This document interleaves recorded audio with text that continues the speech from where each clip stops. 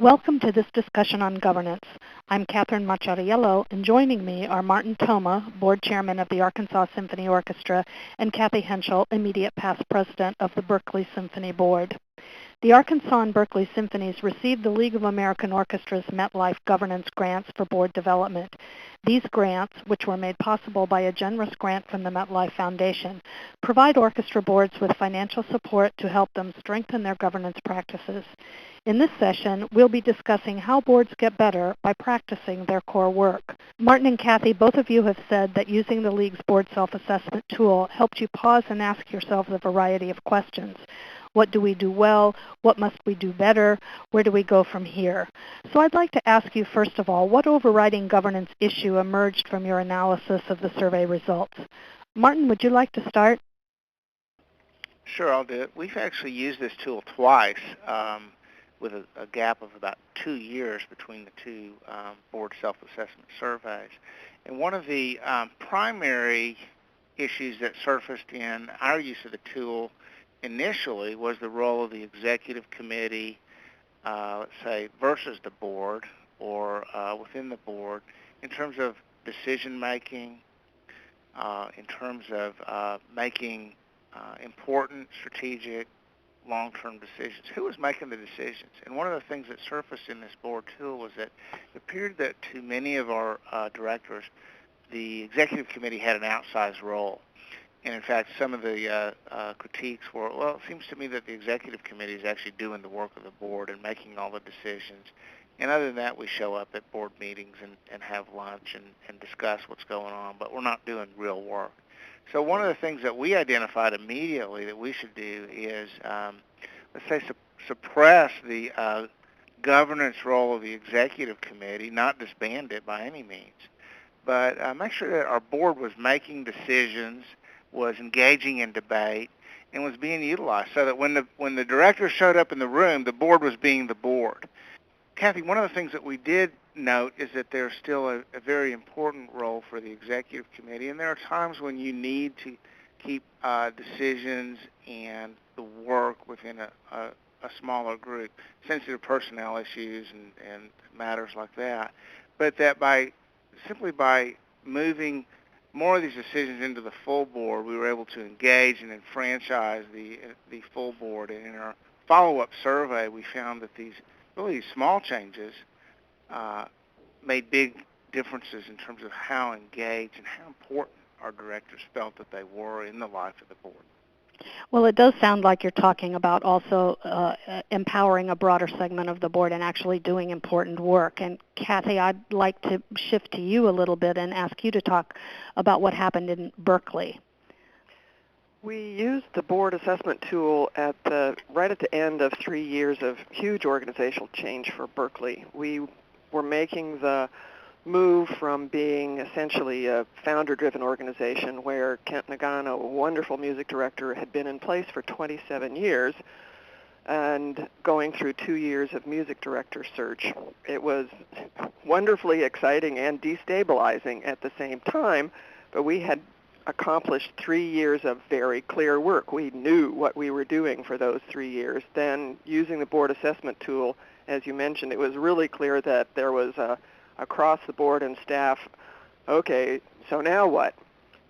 We had, hope for growth with our new music director, and using that board assessment tool really made us realize that the board had to grow and evolve as well from an older style, more daily hands-on involvement in the work of the organization to a more strategic level, having the board focused on development challenges and building the board and setting the direction rather than, I guess simply put, making it clear that the work of the staff is the work of the staff and the responsibilities of the board are the responsibilities of the board.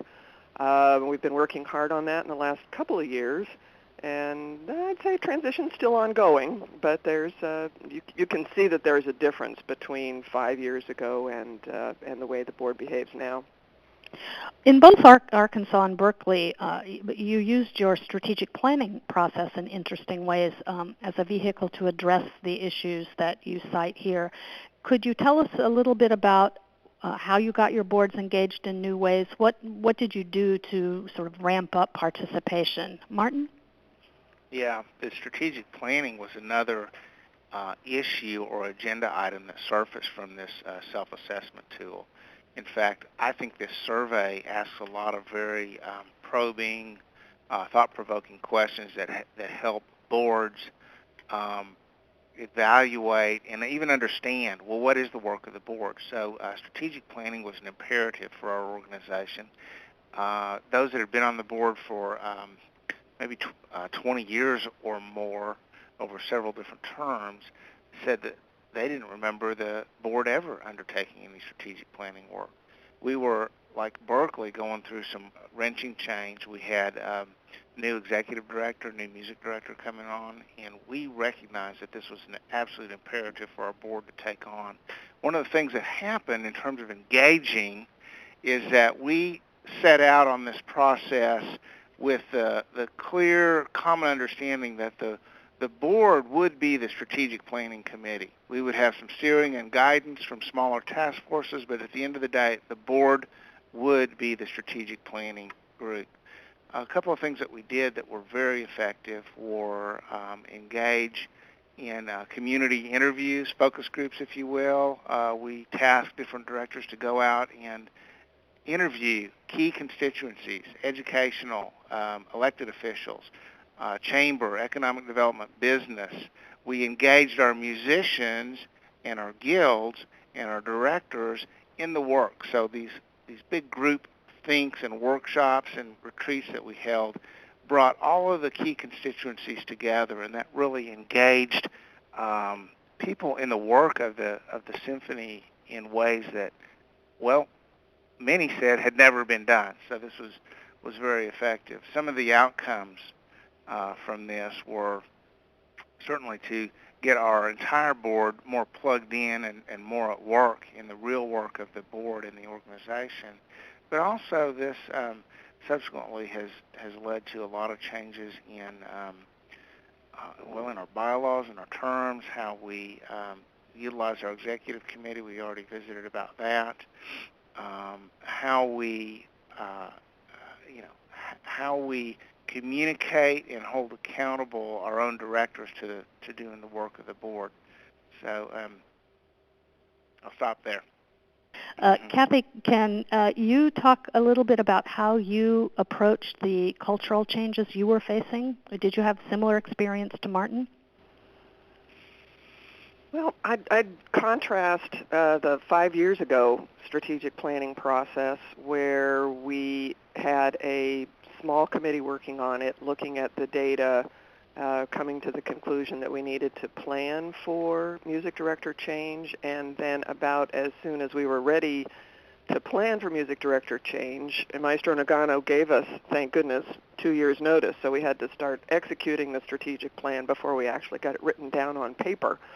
I would contrast that to the strategic planning process that we went through this past year, where we started with an all-day retreat for full board, senior staff, and music director for engagement with homework and pre-reading. We used David LaPiana's real-time strategic planning approach and made sure that everybody had the same, did their homework, had the same language, understood the full strategic planning process that we were going to go through before we got started.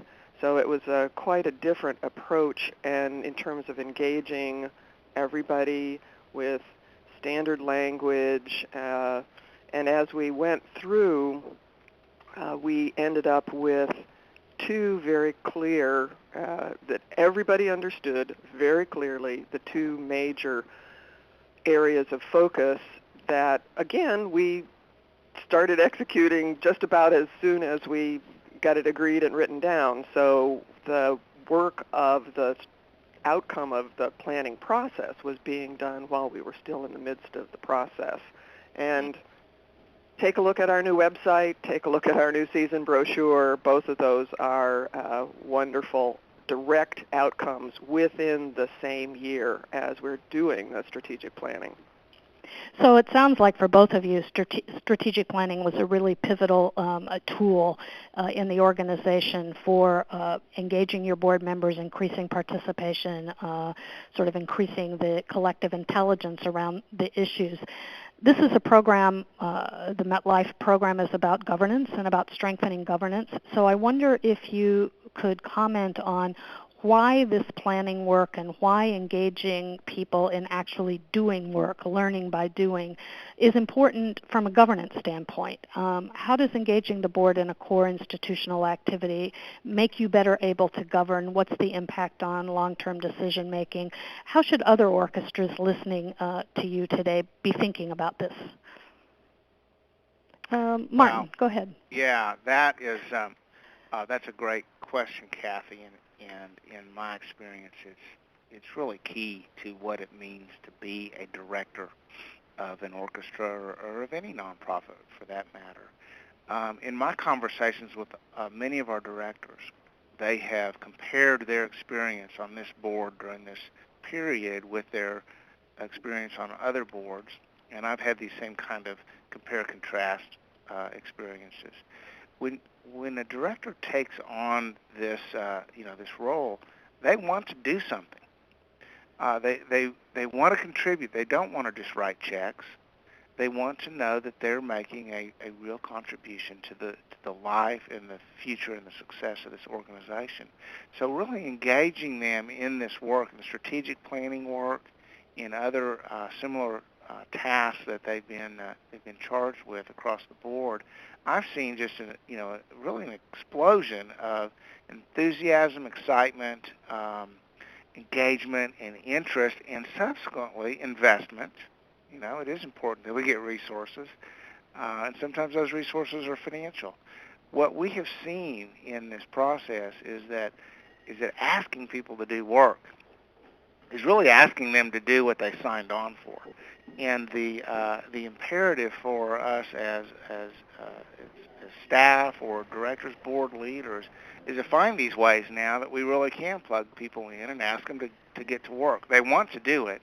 Sometimes we're reticent to ask them because we don't want to be putting on people, but it's really what they signed on for, and in my experience, actually doing the work is what excites, motivates, and engages these boards and allows them to become boards. Kathy, can you add to that? Certainly. One of the things that was a direct outcome of the planning process was what Lapiana calls a strategy screen, so that you have a screening tool where you come up with a new idea or a new strategy or new direction, and you can, once you have the strategy screen agreed among board and staff, then a new idea, a new possibility comes up. You can put it through that strategy screen and say, do we have what we need to do to execute? Is it aligned? Do we have the staff resources? Do we have the organizational capacity to do it? Do we have the money in place? Do we know where we're going to get the new money? So that one tool as an outcome of the strategic planning process, it's going to be it already has been useful to us, and I'm sure it's going to be useful to us in the future. And this is going to sound pretty simplistic, but over the course of this past season, just spending a solid half hour of every single board meeting focused on the strategic planning process, progress made, coming to agreements, spending board time on strategic planning rather than off in some separate task force, really brought the whole board on board to work together on that. Simultaneously, we have been working on making sure that there are very clear expectations and calendars for all the committees and for the board as a whole. That also sounds pretty simplistic too, but getting that agreed and written down so that everybody is quite literally on the same page, that's something that we've been doing simultaneously. And it makes it much easier for everybody to be able to say, okay, I know what I'm doing, I know what I'm supposed to be doing, and I am executing as I'm expected to. We've also, at the same time, we've been doing a lot of work this year, making sure that we have beefed up the board recruitment process and the board orientation process. And actually, in the executive director search that we've just finished, we used some of these methods and have engaged full board, full staff, advisory council in the recruitment process. Obviously, there was a search committee that did its work, but then we involved everybody in the final stages of bringing our new executive director on board. Martin and Kathy, we're coming to the end here. Any one last word you might have to your board colleagues elsewhere? Sometimes it feels like, oh my goodness, I don't want to do this detailed work, but doing the detailed work and taking the time to get those underpinnings set lets you launch off into the future. Martin, your last word on the subject.